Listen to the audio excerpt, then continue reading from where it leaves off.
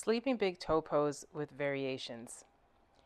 Using a belt wrapped around the arch of one foot, take that leg straight up into the air, and then the leg that's on the ground, straighten that leg. Now, if this hurts your back too much to keep both legs straight, especially the one on the ground, then you can keep the knee bent.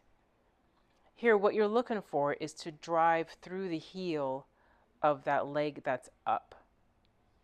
Now you'll take the leg out to the side, and you're really thinking about rotating the femur bone from medial to lateral to open that up. Not necessarily the foot or the lower shin, but more the thigh.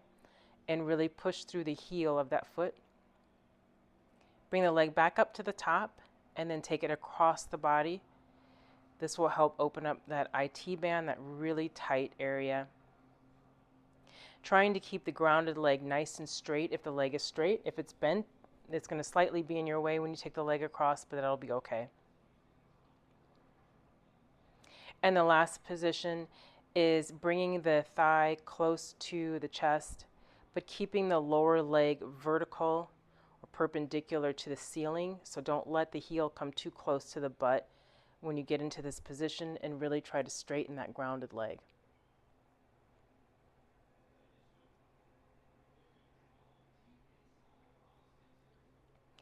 Now let's go ahead and bring that leg down and just sit there for a minute to see how the hip feels and the back, because you'll feel a difference.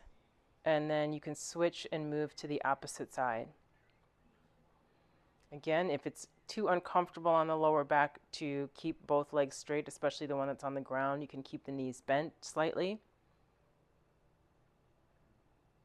Working through the hamstring, the back of the leg, and right through the heel of that lifted leg. And I'm not doing it here, but if you wanted engagement of the shoulders here, just take the arm out to the side, the opposite arm that's not holding the leg, and palm face up and engage that arm just a little bit. Now taking the leg out to the side, rotating that femur, medial to lateral, extending through the heel, and then bringing the leg across the body. In this position, see how challenging it is for me to keep that right leg down, so in that grounded leg. So really try to extend through the heel of both feet, the heels of both feet, to keep the engagement.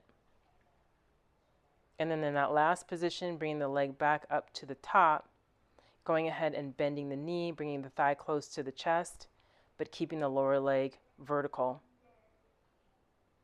Excellent position to relieve lower back pain because it helps open up the front of the hips.